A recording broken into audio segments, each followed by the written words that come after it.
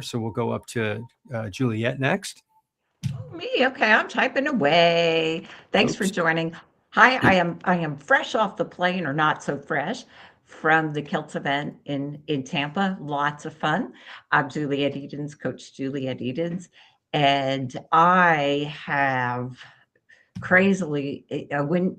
I wouldn't believe you if you told me this would happen, but reverse type 2 diabetes, was on metformin, high blood pressure. I always fail to add that I also was diagnosed with osteopenia and high cholesterol, but by the time I was diagnosed was my first month of carnivore, and I absolutely refused the meds, and I'm glad I did. Um, Severe depression, all kinds of things, but honestly, carnivore cured it. It reversed. I am on no medications. My favorite one I'm off is the boatload of antidepressants. I always have to give my warning that was done under a doctor's care with a long taper, maybe 8, 9 months taper off. So I'm glad to be here at Carnivore Sundays Call. I'm so glad for our guest. I'm very excited. I love Lynn. She knows that. George. Off to you, George. Hi everybody, I'm the token Brit on the panel tonight. I am 60 years old, 6 weeks younger than John, and I live in the town of Bridgewater in Somerset in England. I'm just coming up to my 4th year rebirthday. I can't say I've been 4 years carnivore because I'd never heard of carnivore when I was actually diagnosed with type 2 diabetes and morbid obesity. So this is the picture I like to show. That is me when I started at 293 pounds that was actually in August of 2019, and that's me in August of 2025 at 168 pounds. I'm actually about 173 now. So yeah, we're totally reversed type 2 diabetes, lost 120 pounds, we'll call it now. I have several different names in the carnivore world. In the UK, I'm known as the puppet master because I pull the strings behind the scenes and arrange interviews and that sort of thing. I'm also known as the accidental carnivore because, as I said, when I started this journey, I went low carb, never heard of carnivore. So I didn't really, I think it was about 6 months since I discovered Ken Berry and Kelly Hogan. And that's how I learned about carnivore. I also am very active in the United States community. I am now, like Juliet, a Kilts Health coach. A qualified Kilts Health coach. I'm also a moderator on the Kilts channel, and I am also known as the UK ambassador to Healing Humanity. And as such, every Thursday evening, when I'm not too tired in the sleep, as what has happened once so far, I actually give a progress report from the UK to Lynn, who is sat below me here, as you can see in the box here. So it's not the first time I met Lynn. So it's a pleasure to see you again, Lynn. And I think that's my elevator pitch, shall we say? So I shall hand it over to Lynn to introduce herself. Awesome. Well, thank you guys for having me. I really appreciate you inviting me to come. So my name is Lynn. And for anybody who doesn't know me, I do have my own YouTube channel called Midlife Carnivore, and I'm also part of the Healing Humanity leadership team. And so I have been carnivore since the end of May of 2023. And I was totally disabled, had to retire from nursing, and I was 55 at the time that I started, but I got diagnosed after 35 years of suffering. Finally got diagnosed with mast cell activation syndrome and a related condition called hereditary alpha tryptophanemia. I was very morbidly obese, and my top weight, I think I stopped weighing myself at about 350 pounds, but I got probably about somewhere between 350 and 360 was my top weight. But the weight itself was not the problem. And I've talked to other people about this, that like if I could just feel good, I could handle the weight. And I had given up on losing weight. So my primary reason for doing carnivore was not for weight loss. The weight loss was a happy side effect. But I had been experiencing very weird symptoms and reactions and felt horrible every day since I was in my early 20s and had so many different symptoms, which I can go into later. But it was I was desperate. I could see nothing but disability and further, dependence on my family in the future. And so it was pretty amazing when I found the life-saving carnivore diet. That is just amazing. We want to dive in deeper and get into more details if you can. Can we start with tell our audience where you're from, and if you've moved around, where you live, what the temperatures like? People like to know all the little stuff before we Oh, get sure. started. Yeah. Well, right now I live in Washington State. And of course, today's the Super Bowl. So Right. we're rooting for the Seahawks. Although I did share with you guys, we do have a long history with the Patriots. So it's going to be interesting to watch them play against each other today. But I do live about 20 miles north of Seattle in the Puget Sound area, which is a really beautiful, beautiful area, which is very world famous for its beauty. But I did grow up in California. And so I spent the first 45 years of my life living in mostly the Central Valley, the boring part of California. But here in Washington, the weather this February has been amazing. It's been mild, and it was like 60 degrees the other day, and it's been beautiful. We are getting ready to move. We just sold our house, and we are moving about 45 minutes north of us to a little town called Arlington, Washington, where we've purchased land, almost 28 acres of property. With a crazy Frank Lloyd Wright style house that does not have a single right angle in the entire house. It is crazy. It's going to be very interesting, but is beautiful, beautiful views. And we're moving there with my daughter, son-in-law, and she is pregnant with their first child. I have a couple other kids. I have a few more grandkids that live down in Texas. I was excited to hear from Lynn. Hello.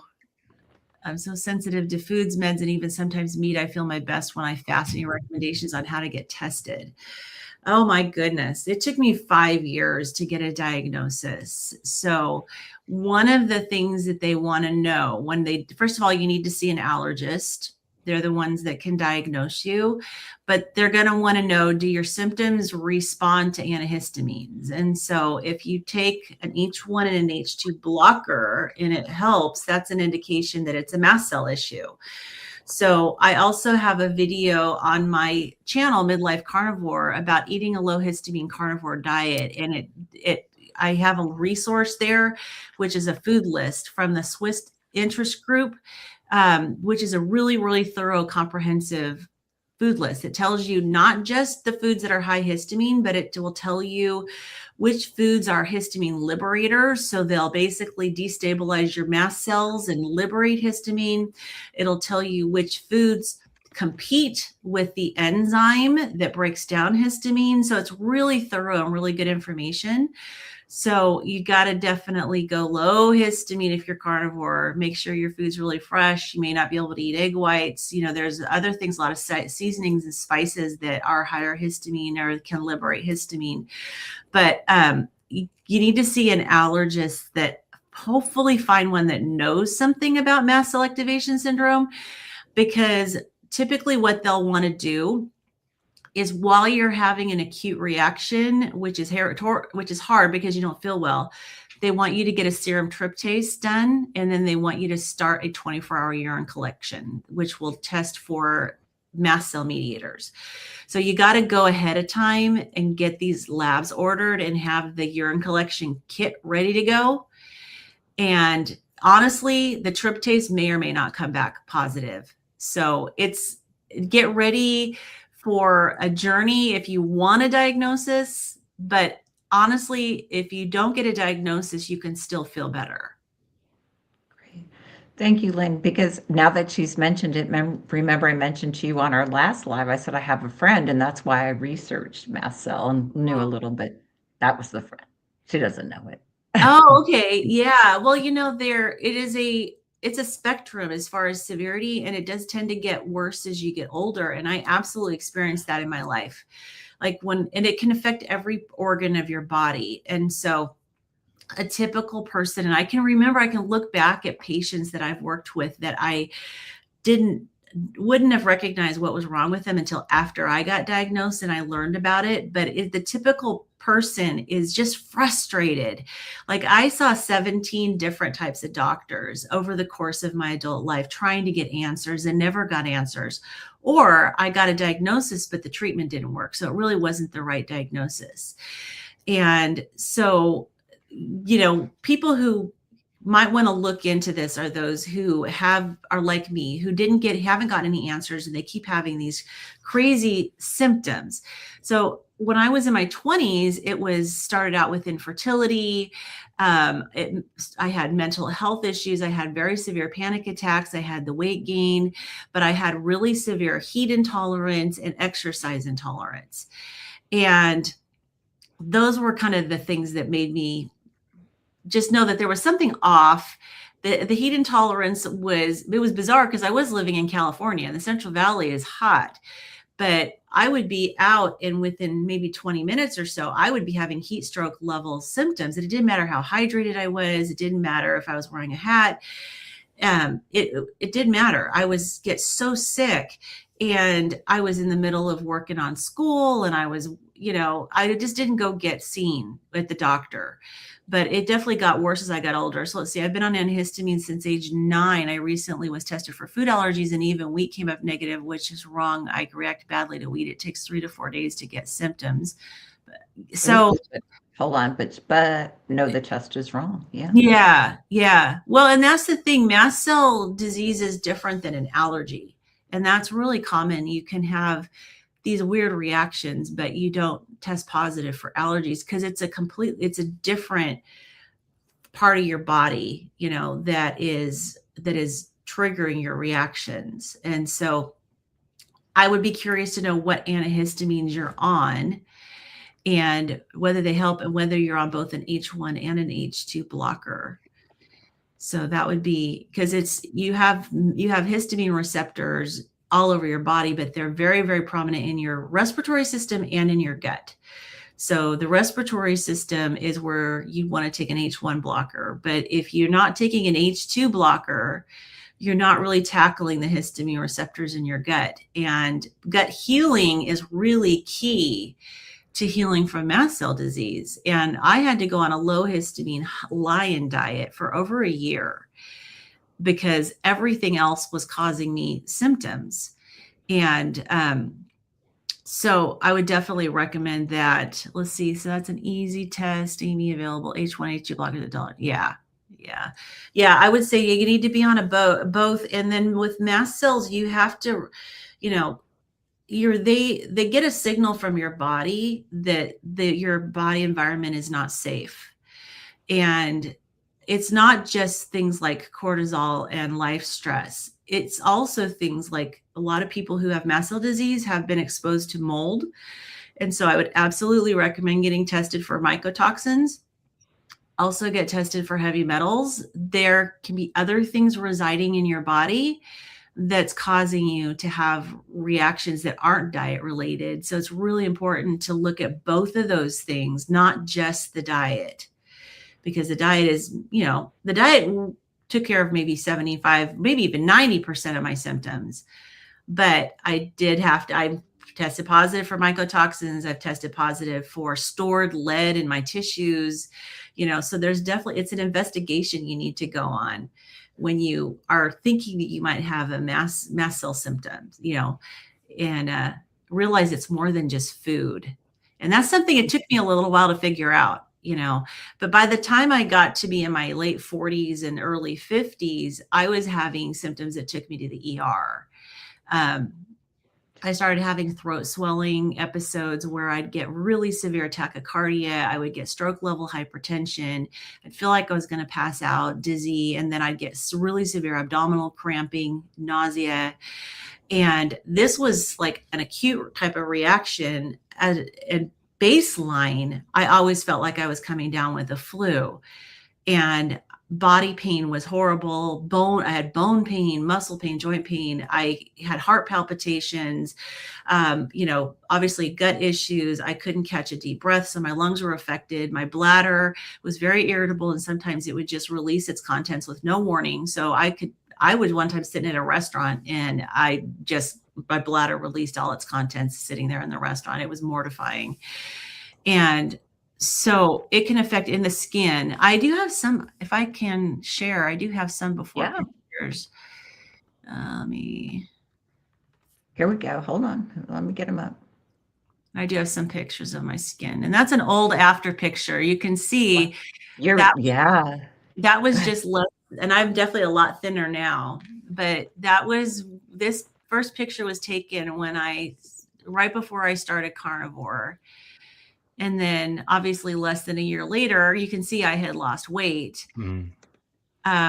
This is something I posted on my Instagram. This was taken of me at a baby shower. And these were two normal sized women sitting on this couch. I didn't know this picture was taken. And it's like, it's one of those times where you're shocked when you see a picture of yourself and you don't realize how huge you are. I had major body dysmorphia. Like I didn't think I was as big as I was, but this was my face. Wow. So I had really horrible rosacea, and I really feel that was a reflection of my gut and how inflamed my whole body was. But that's kind of a real visible reflection of the inflammation in my body. And I don't have to worry about these ones. These are just information about mast cell. But yeah, so going out, like there's no way I could hide what was going on with my face with makeup or anything. And also just going out, never knowing when I was going to have a reaction. I just stayed inside. And so, but I was working, and it was during the pandemic, and I was a nurse. I had worked in the hospital for quite a while. And then I ended up leaving and working outpatient nursing, and I was in gastroenterology and hepatology.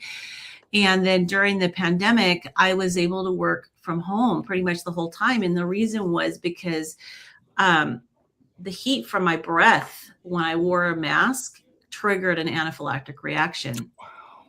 And I tried to go back into the office. They sent all of us nurses home initially. And then about June of 2020, they started bringing one nurse at a time back into the office to meet with patients. So when my turn came, I had to wear a mask. I hate wearing masks, but I had to wear a mask, and I had a reaction. And so my boss said, go home. And so I was working from home, and, a lot of triage of patients, managing patient care, assessing patients over the phone, a lot of very, very sick patients in gastroenterology and hepatology. And I was functioning, but I kept getting worse and worse and worse. And to the point where I was having to have shorter and shorter days because I'd be nauseated, I'd be dizzy, my vision was blurry, I'd have abdominal pain, I just would be in so much pain head to toe. And but finally I had to go on medical leave when my brain stopped working for me. I was slurring my words. I was unable to even think. My brain would freeze, or the wrong word would come out. It was kind of like I was having a stroke, but I wasn't. Wow. And so at that point, I was not safe to work with patients. But that picture, that first before picture, was that was the person that patients were calling in and getting on the phone, giving them medical advice. And I was horribly unhealthy. But so I had to go on medical leave, and I just over the next year got worse, and I could barely walk, just could lay around and not really do anything. And so my husband brought me a video, and this is why I'm so passionate about people sharing their stories, because I didn't know any of these doctors. And I didn't know this Carrie guy from Homestead How who's filming this documentary. And my husband brought me the YouTube video of Amanda from Carnivorous Me, who lives in Bellingham, Washington, about 45 minutes north of me. And I knew about carnivore, and I had gone on it before, but I thought it was all about weight loss. And when I watched her story, I was like, oh my gosh, this is about healing.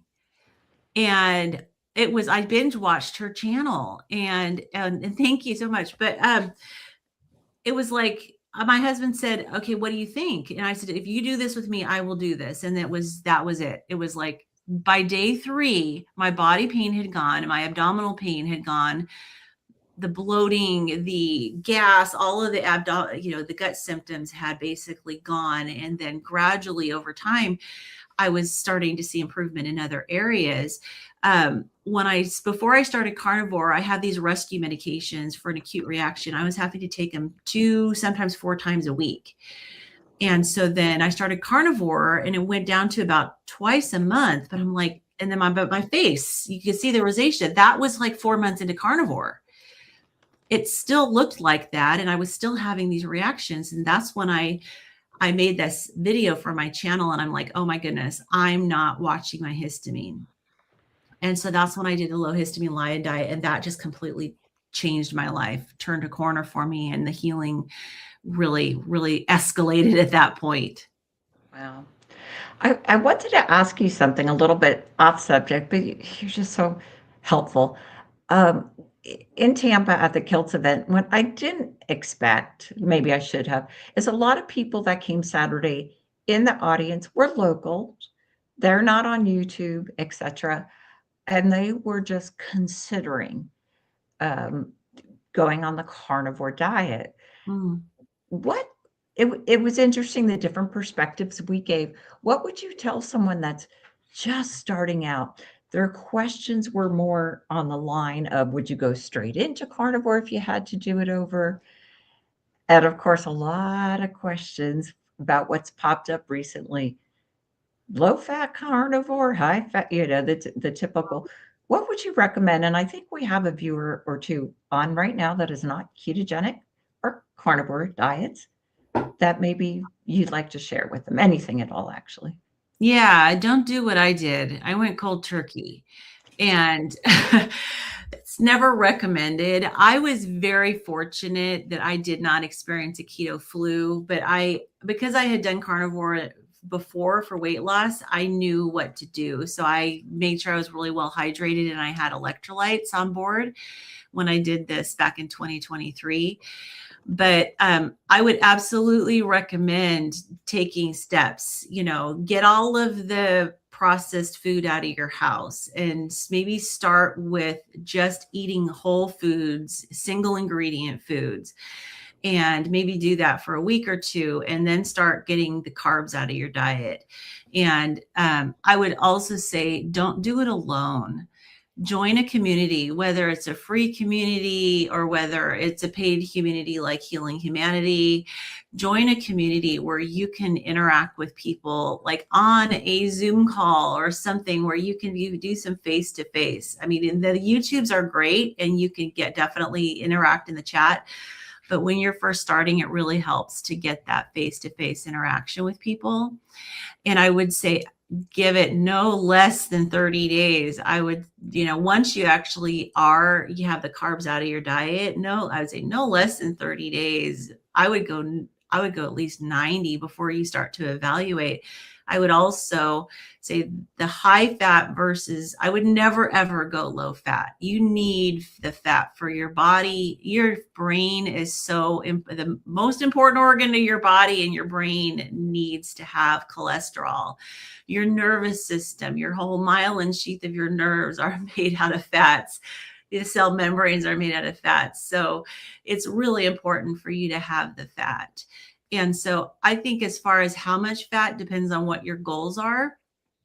I never recommend people to restrict when they first start, because you're already going off of this mindset. And so many of us were raised with low fat. And it's like, okay, you have to be low fat if you want to lose weight, or you have to be low fat if you want to be healthy. And that has absolutely been debunked. The science does not back it up. Saturated fat is very healthy for you. Do not have PUFAs, the polyunsaturated fats. Those are great. They are bad for you. But I would say definitely don't restrict it first. And because if you're going into it for healing, the higher fat is going to be your friend.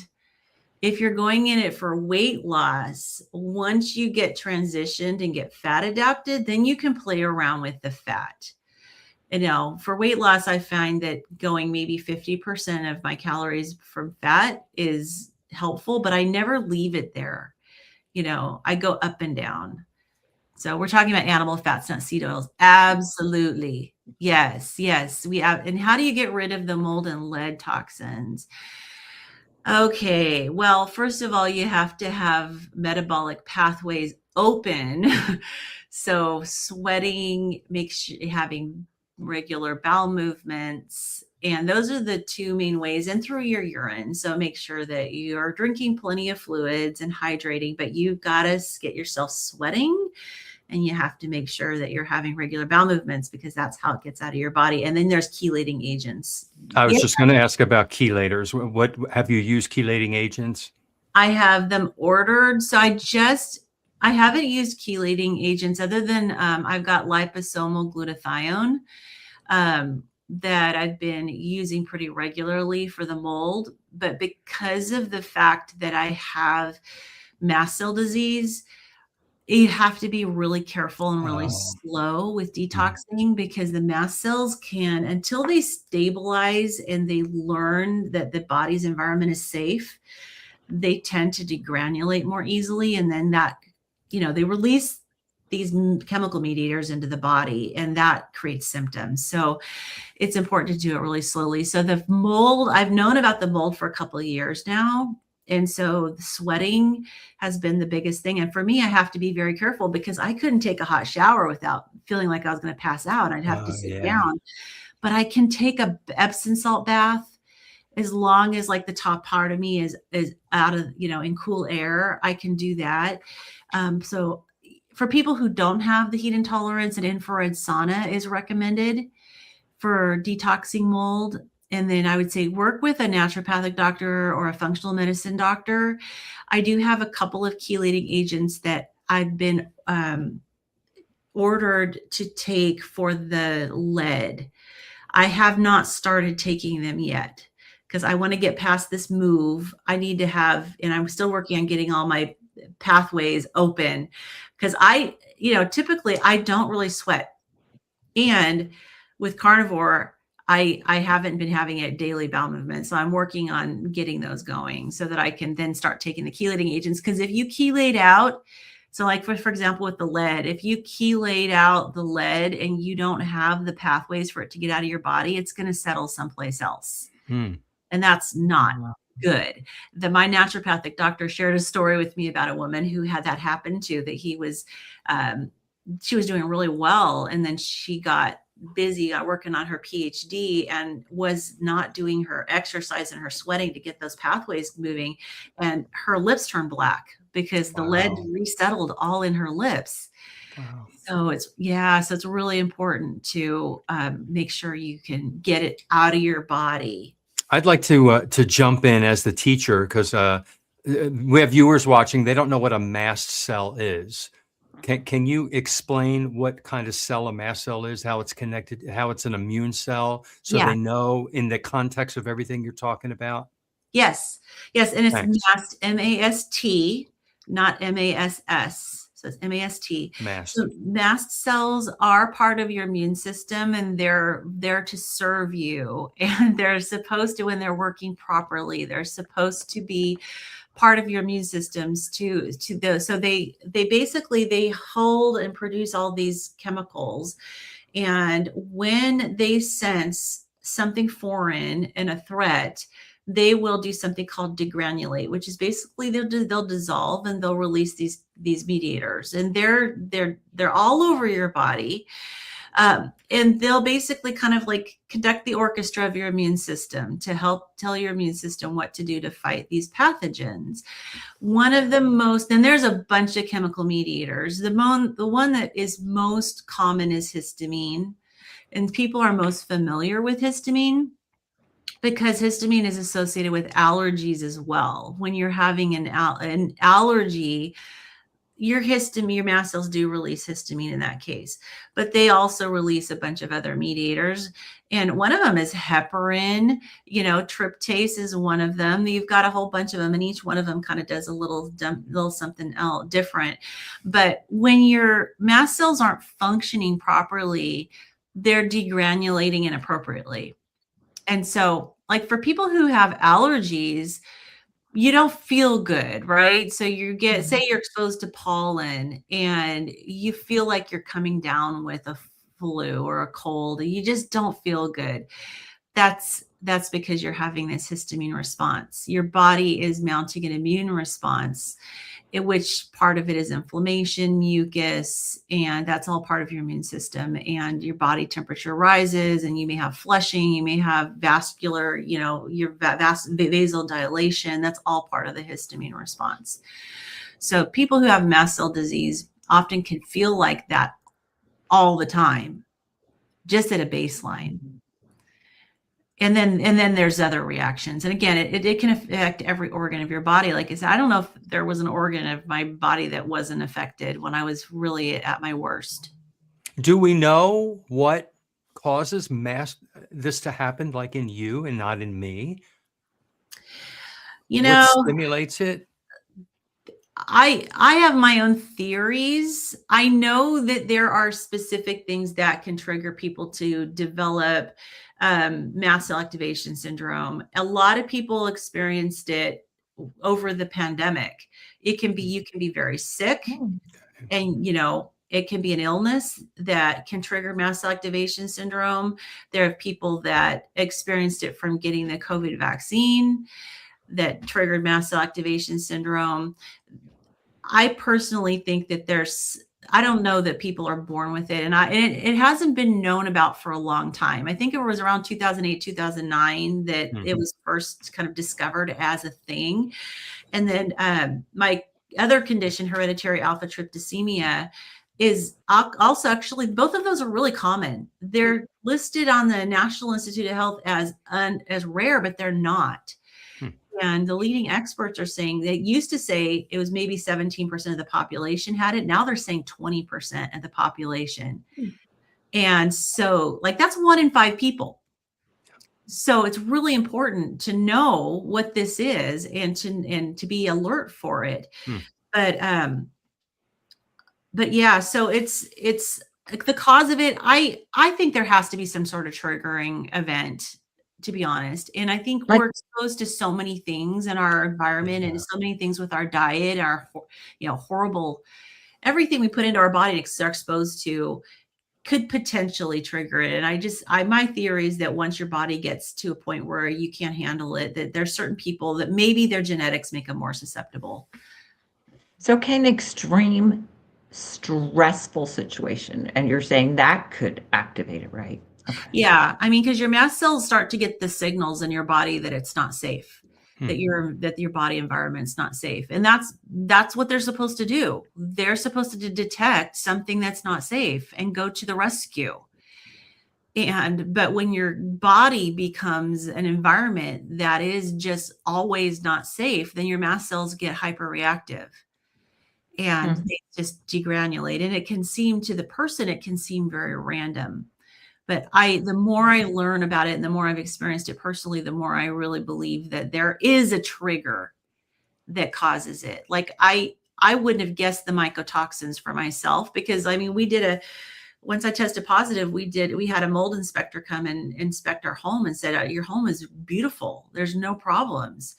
But also, I then learned I also have the MTHFR variant, the genetic variant. And so my homocysteine pathways weren't working properly. And part of that, it has to do with detoxing mycotoxins as well. And so I had to start supporting my homocysteine pathway. My homocysteine levels were really high, and my folate levels were very low. And then I had the mycotoxins. So I really encourage people, if you have gotten anything like 23andMe or gone through Ancestry.com, and you can pull that raw genetic material and get a report. I paid to get a StrataGene report. It's very thorough. Now you can get free reports, and I've gotten those, but I really feel like the StrataGene report is so thorough. It was worth the $100 I paid for it. And it'll identify any genetic variants, and not that the variant means that it's expressing. We all have genetic variants, and whether the variant is actually expressing as symptoms really depends on you, and whether there's things in your environment, things in your body that cause that variant to express. But for me, I found out I have a slow DAO enzyme. So the DAO is the enzyme that breaks down histamine. Mine is slow. So I've got that working against me. And so I'm already not breaking down histamine very well. Found out I have an MTHFR variant. I have a lot of other variants that affect histamine in my body. So I definitely recommend that people pursue these other non-dietary avenues and get the full picture as best you can of what's going on in your body. Right. Probably a very dumb question, but that's okay. All questions are okay. Yes. Do you feel like undiagnosed, untreated mast cell could cause weight loss to stall or even gain weight? It doesn't seem to be related at all. I'm just It is curious. because it's highly inflammatory. Okay. When you think about it, because this is part of your immune system, whenever your immune system is responding to a pathogen, it's mounting an inflammatory response. And that's good in the short term when there's really truly something that needs to be fought off. That's why you have symptoms, is because of the inflammation. You've got all these rescue cells flooding the area that needs help, and inflammation and vascular permeability increases. Fluids flood in, you get inflammation. White cells form pus if it happens to be like a sore. And so that's part of what's normal in your body. But when your mast cells are always very unstable, you are in a constant state of inflammation. I mean, my inflammatory markers, C-reactive protein, I don't think I'd ever had it normal from the first time I had it ever checked. And it was usually, I think that it got into the 20s, but it was usually hung out in the teens, and it's supposed to be like below 0.3. So it's very, very highly inflammatory. So that was actually a great question. I guess because, when I was meeting people and even in the chats, somebody says, oh, I'm at a stall or I gained weight. Then we all yell out, eat more protein, eat less. But there's so many things that we want to understand and want to test for. I think Dr. Obadia said it best. He was sitting next to me. He said it under his breath because someone in the audience on Saturday had said, my friend did great. We started the same time. I lost 50 pounds, but she doesn't feel well on fat and she stalled, so she quit. And immediately Dr. Obadia goes, yeah, there's something else going on. Yeah. And I just thought, spot on, doctor, spot on. Exactly. So at the rest of the panel, not non-doctors, were answering more fat, less this, oxalate dumping. And I'm like, that's not always the answer. And that's why every single person is an individual, and we have to do the N=1 experiment. We have to I got to figure out what's going on with my body. And that's why I always emphasize these non-dietary things, because if you don't have these other exposures and things going on in your body, the diet should work fine. Right. There's other people that's like, wait a minute, what's happening? Or me, from my very, very top weight, I've lost about 160 pounds, but I still have about 40 more to go. And right now I'm stalled. And my naturopathic doctor is like, you still have these things in your body that are causing inflammation. My C-reactive protein is the lowest it's ever been, but it's still 3. It's still considered high. I've never had it below in the single digits. So I was like, woohoo, 3, but it's going down. But my doctor said, look, you got to get the lead out of your tissues. Now, I don't have active lead exposure. I did a double test. I did 2 urine tests. One is looking for active exposure, and the other is after taking 3 days of a chelating agent and it pulls anything out of your tissues. That one is the one that came back very high for lead. And so he said, okay, it's stored in your tissues. So, that's scary. Did you expect that? Just because you're obviously a nurse and very well read and into science, did that scare or surprise you, or were you like, okay, I understand what this is? I wasn't surprised because I was born in the 60s. And it was before all of the lead, regulations that tried to make our environment a little safer when it came to lead.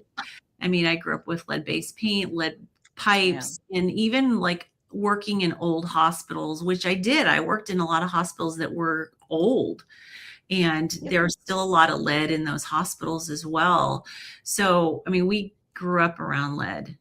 So I wasn't surprised. And knowing genetically, I tend to be very, very sensitive, and I don't have the greatest detox pathways naturally. I'm not surprised. I am, to be honest, nervous about the chelation process, because when I did the 3 days of the chelating agents, they did make me nauseated, and I think I'll adjust. I got better. The first dose was not too good. It did get better, but I know it's something I have to do if I want to get, that last 5% of my healing. I have to get rid of the lead, and I have to get those processes fixed. So how did you find the right doctor for you? And I guess I'm just asking for all of us, how did you land this right doctor? Was it through your connections in the medical industry, or how did that, what should we do to find the right one? Well, I've had more than one. And like initially I got diagnosed by an allergist, and I did have to have a bone marrow biopsy when I got diagnosed because my serum tryptase was really high. And if your serum tryptase is over 20, they want to make sure you don't have systemic mastocytosis, which is a different mast cell disease. So most people don't have to get a bone marrow biopsy. But anyways, I worked with him, and there was an oncologist who I worked with too, who also dealt with mast cell issues. But I ended up going to find a naturopathic doctor, because when I started to dig in, well, first of all, I found out there's only four places in the US that have specialists with mast cell activation syndrome, and they're all on the East Coast or in the general Eastern region, and I'm on the West. Yeah. And so I started listening to them. They have lectures. You can go and look them up. So Dr. Lawrence Afrin is one of the most famous ones in the US, but I started listening to their lectures, and so they were bringing up histamine. So I sent a message to my allergist and said, so should I go on a low histamine diet? This was before I was carnivore. And he goes, you can if you want. And I'm like, okay, that's it. He doesn't know anything. And admittedly, he said I was only the second person in his 20+ year career in his specialty that he'd even diagnosed. And so he still thought it was rare. He didn't know anything about it. So I was already seeing a naturopathic doctor for other things. So I went and I just said, hey, do you know anything about mast cell activation syndrome? And he goes, yeah, I've got some patients that have it. So I started working with him. And then I've had a couple that have kind of left the practice where they took my insurance. And so now I'm working with a man, his name is Dr. Chung. I got his information from Coach Lisa Pickard, who we love. But yes, she has a client who works with him, and he's in Washington State. So my previous naturopathic doctor let his Washington State license expire. He's in Montana. So yes, I'm working with this Dr. Chung, and Dr. Chung is the one who decided to do the heavy metal testing. And he also did this nasal swab because I have sinus issues. He tested me for these antibiotic resistant strains of bacteria, which I tested positive for. He's also testing me for hemochromatosis because my ferritin levels keep rising and my iron stores are full. So that's another thing that you kind of have to watch for. And I don't believe that carnivore causes issues with iron storage, but I think it can reveal pre-existing issues. So, this doctor's very thorough, and he's the one I'm going to be doing the detoxing with. And he takes patients from all over the place. So I highly recommend him. He's very good. Wonderful. Okay, so someone has it. Let me go ahead and put John's question up, make it easier. I took off the chat because it was blocking you. Sorry, Lynn. Oh yeah, I know. I was like, so what was your routine to eliminate the histamines? So you never are going to eliminate histamines completely, but as far as a low histamine carnivore diet, it has to do with a couple of things. First, I would say go watch my video and that'll give you Yeah. a really thorough idea of what exactly is and how do histamines affect you and how to eat a low histamine carnivore diet. But the freshness of the meat is really critical because the longer it sits, the more histamine builds up. Also, some people are super, super sensitive and they can't even do ground beef because, the more surface area of the meat, the more likely you're going to have histamine. So some people are very, very, very sensitive, can't even have ground beef. How long it hangs is important. So you don't want to do any aged meat. Some people have to do like no hang, like Billy Doe meats, and order their meats through there that don't hang at all. Now, lamb is not hung. So you could definitely, lamb is going to be better than an aged beef. I found out I can handle it about 10 days of hanging. So my local butcher will hang for about 10 days. But some people have to freeze their leftovers right away and reheat them. Some people can't do leftovers at all. Egg whites are high histamine. There's certain seasonings like pepper. I can't do pepper.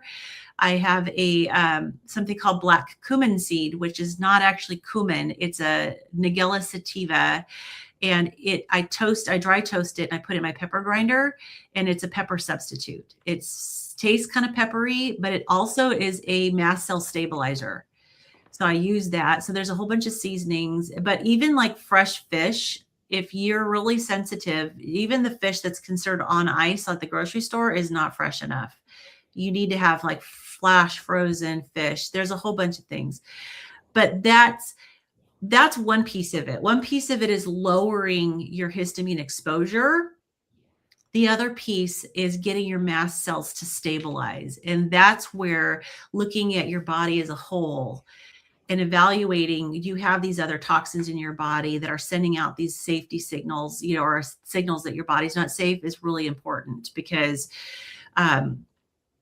your mast cells, they're going to die off and replenish. And what you want is the new mast cells to come in and grow into a more safe environment. And so it does take time. And when you're working with a lot of instability, I really recommend people take some antihistamines to help the symptoms and then get your body safer and then let your new mast cells grow and, be produced into a safer body. And that can take a lot of cycles of that happening. Let's see, what's better to help with histamine, DAO supplement or histamine? Okay, so if you do not have a slow DAO enzyme, the DAO is probably not going to be what you need. It's not going to hurt you to try it. So if you don't have your genetic, your raw genetic material, then definitely try it. A lot of people will use both. Benadryl, I wouldn't recommend people do Benadryl regularly. It's one of the older antihistamines. It tends to be really drowsy, cause drowsiness. A lot of people will use Zyrtec or Claritin or something that's non-drowsy, and like Pepcid or famotidine, which is the generic for Pepcid, and titrate the dose. Start with the lower dose and then titrate and work with your doctor. And I was taking like 40 milligrams of famotidine twice a day for my H2 blocker. And I was taking 2 different types of H1 blockers, plus a Montelukast, which is another thing that helps things get more stable, which I got off of. But I also take a couple of compounded medications. I take a Ketotifen, which is only available as an eye drop in the US. So you have to get it compounded. And then I take low dose naltrexone, which definitely helped my brain symptoms. And so I would say you can try the DAO and see if it helps. I'd try eat before you eat and see if it helps. But if you're looking for something to help stabilize your mast cells, I wouldn't choose Benadryl as the daily one. Wow, interesting. I'm glad you said that because diphenhydramine is also habit forming. When you can't sleep or you can't get off, if you stop, then you have problems sleeping because it made you drowsy all that time. Yeah, exactly. Yeah, it's a rescue. I used to use it for rescue when I would have an acute reaction, until I realized I now have a rapid dissolve Claritin and a chewable famotidine. And it's not a straight famotidine. It's like a Pepsid Tums combo. It's the only one I could find that's chewable. Hmm. And I don't have reactions. It's been forever I since was I've had a just going to reaction. ask you about side effects with if taking several of them at the same time. Do they interact with each other? They do, yeah. So they Yeah. have what's called anticholinergic effects, which is drying. And so Oh, you yeah. can get constipation and you can get blurry vision. And so I don't take, the only thing I take regularly is my compounded medications now, and I don't have to take my rescue meds. Very, very rarely. Good. Occasionally there's something in the environment that will cause me a problem. I did have to take it recently where I was a little stupid. Someone handed me a plate of shrimp, and I typically don't do shellfish, but I thought, well, I can eat bacon and eggs now. I can eat some higher histamine foods now. So maybe try it. So I ate 3 of these shrimp, and then I could feel my throat start. Wow. So I had to go in. I didn't tell the person, that this Oh, happened. wow. But I had to go in and pop my Claritin and chew my Pepsid, and it takes care of it right away. Good. It's amazing. Yeah. Question for you. Yeah. So vitamin C is a histamine, is very much a mast cell stabilizer. And so I know that in the carnivore community, there's a lot of talk about you don't need vitamin C, which is true. You really don't. Your body handles, that requires very much lower amounts, as opposed to someone who's eating carbs. But when it comes to histamines and mast cells, it can be very helpful. And I do take it. Good advice. Let's see, with what you were talking about, did it cause your gluconeogenesis to stay on all the time? No, it actually didn't. And I did have a reversal of my insulin resistance. Good. And so I was pre-diabetic before I started carnivore, and I did have high insulin, and I did, and my insulin is normal now. My hemoglobin A1C is normal now. And so I am definitely not in a state of constant state of gluconeogenesis. And I lost weight. If you're in a constant state of gluconeogenesis, you're not going to lose weight because your body's going to be in fat storage mode. Mm-hmm. And, I've lost, like I said, about 160 pounds from my highest. Wow. That's amazing. George, any questions? And George, you're quiet. I know he's been real George quiet. is so quiet. Usually he's not. I'm always very happy when I'm quiet because it means that the conversation is flowing, because I kind of add the bits and pieces in. And I do have some interesting observation, actually, just about the carnivore community, because I'm just watching chat and I know everybody. And we've got Lynn is going to be part of a blockbuster film team. She's part of the leadership team for Healing Humanity. I've lost count of the number of actually qualified coaches we've got. What I'm trying to say is that we've all come here we've all become carnivores. We've all healed ourselves, but we've all taken on extra responsibilities within the community. Right. Communities for responsibilities for which we are mostly not paid. So Lynn has taken on the role of leadership team for Healing Humanity, which is, as we know, crowdfunded. So it's not a paid job. We've got a lot of coaches, qualified coaches in the chat tonight. John is teaching on YouTube, as is Juliet. Juliet is actually Kilts Health qualified, and she's about to become PhD qualified, I think. Juliet, have you finished yet? You are going to become, right? I finished the case study, but I haven't heard. So we just sit here. Okay, so just about then, right?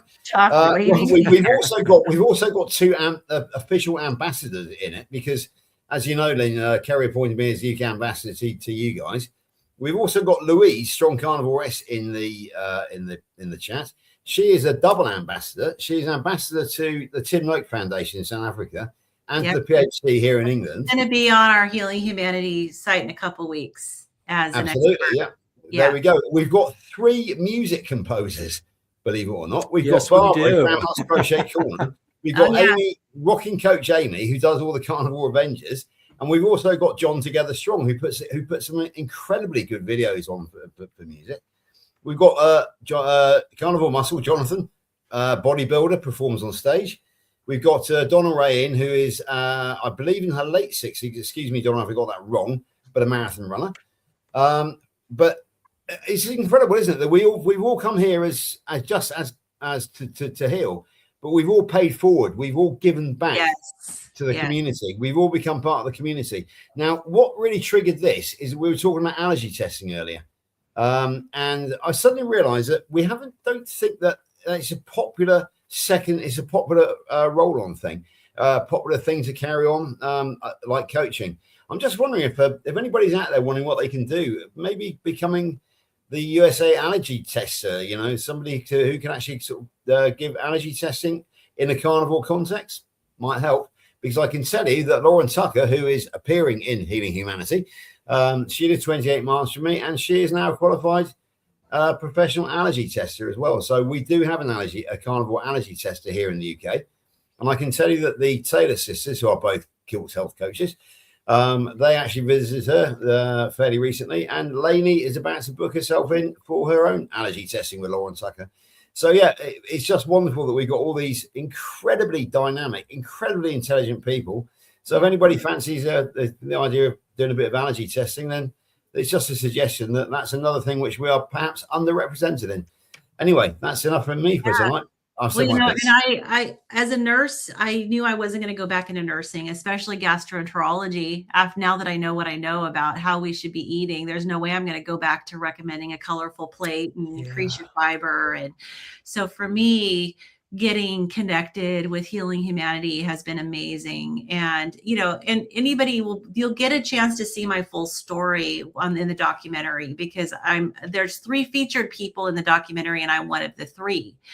So there's myself and Bill Knott and Jeff DeProsperous, which are the main 3. Right. So I'm very blessed. I got to share my story, and I'm really hoping that because my condition is way more common than people realize, that it's going to help people be alert to it and be aware that, all the frustrations, there may be an answer for it. But I'm also so Adam Lacey and myself and then Barb, I don't know if you know Barb, but we're getting certified through the Nutrition Network.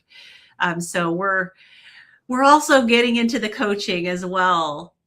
So I wanted to answer that question though about the D3. Yeah, me too, and then we have to close. We're at the top of the hour. But yes, you can break the capsule. You can do that. I was going to say that. I was going to type that. Yeah, you're fine. Eat it with me. Go put the question up. Answer the one. I lost it. Yeah. Oh. I don't know what it was. Sorry. Yeah, it was basically don't like taking capsules, and is it okay to just take the D2K3 and just put in something? Yeah, absolutely. You got to watch it if you have histamine problems. You got to watch capsules too, because gelatin is high histamine. And so some people are for quite a while I had to watch it because I had to make sure I wasn't using gelatin based capsules. So you can open them up. Yeah. If it's not an extended release. Right. If not extended release. Yeah. Okay. Good answer. Thank you so much. Lynn. So we're at the top of the hour. We try not to go over, and this just flew by. Oh my God. Lynn, you've given so much information, and I know you've helped a lot of people. We've never had so many questions, which is just proof that that people are really listening, and a lot of people want answers. So thank you so much for coming. We appreciate it. Just go around real quick. We'll start with you, Lynn. Can you tell us where we can find you online and connect with you?